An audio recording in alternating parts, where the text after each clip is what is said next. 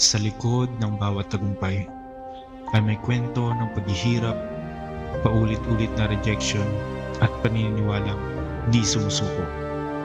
Ito ang Sa Likod ng Tagumpay. At sa kwentong ito, makikilala natin ang batang maliit, mahina sa math at walang naniniwala pero ginulat ang buong mundo.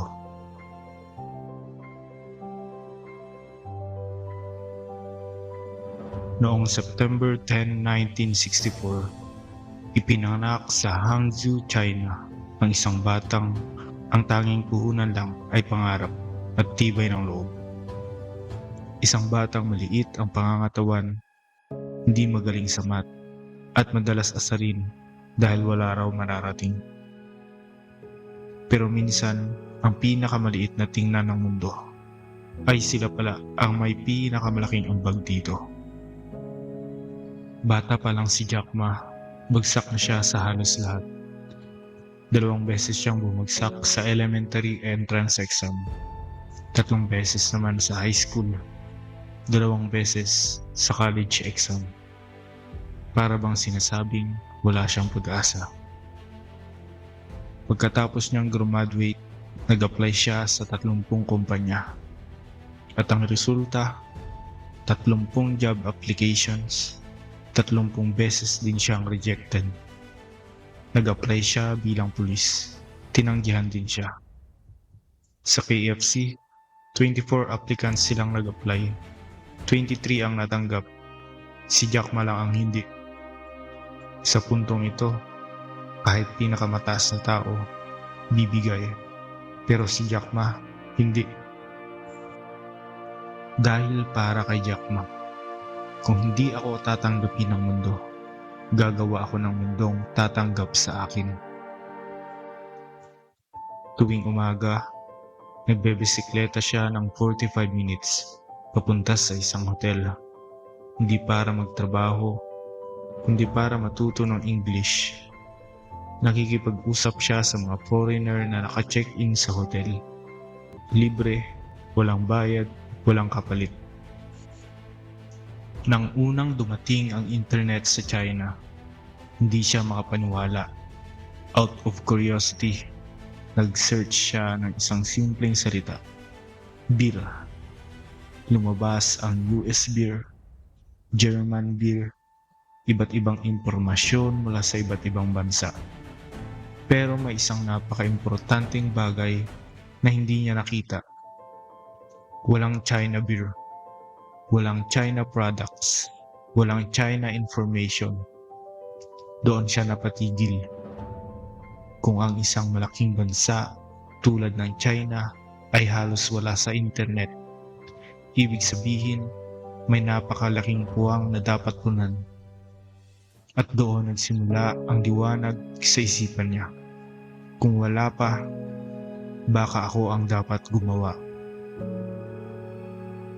Hanggang sa dumating ang taong 1999 sa isang maliit na apartment. Walang pera, walang koneksyon, walang business background. Tinipon niya ang 18 na malalapit niyang kaibigan. Nabuo ang ideya na magpapabago sa buong industriya. At dito isinilang ang Alibaba. Maraming tumawa. Maraming nagsabing imposible. Maraming nagsabing hindi ka businessman. Pero hindi nila alam, ang taong sanay sa rejection, sanay ding lumaban. Unti-unting lumaki ang Alibaba. Lumakas, umarangkada, hanggang sa dumating ang araw. Ang lalaking hindi natanggap sa KFC. Nagtatag ng kumpanyang mas malaki pa sa KFC. Naging isa siya sa pinakamayamang tao sa China at isa sa pinakarespetadong entrepreneurs sa mundo. Ngayon, si Jack Ma ay semi-retired. Nakatutok sa education, charity, environmental programs at training ng mga bagong negosyante. Hindi na siya naghahabol ng trabaho. Hindi na siya tinatanggihan. dahil siya na ngayon ang nagbibigay ng oportunidad sa iba. Kung pakiramdam mo, rejected ka, kung paulit-ulit kang nabibigong parang walang pintong nagbubukas, kung minsan naiisip mo, baka wala talaga para sa akin. Ito ang dapat mong tandaan. Hindi ka sinusubok para ibagsak, kundi sinusubok ka para patatagin. Minsan, pinapayagan ng Diyos na maranasan natin ang paulit-ulit na pagtanggi. Hindi para pahiyain tayo, kundi para ihanda tayo sa mas malaking plano. Kung hindi tinanggihan si Jack Ma ng 30 beses, hindi niya mabubuksan ang pintong para sa milyon-milyon. Jeremiah 29 verse 11. For I know the plans I have for you, declares the Lord, plans to prosper you and not to harm you, plans to give you hope and a future.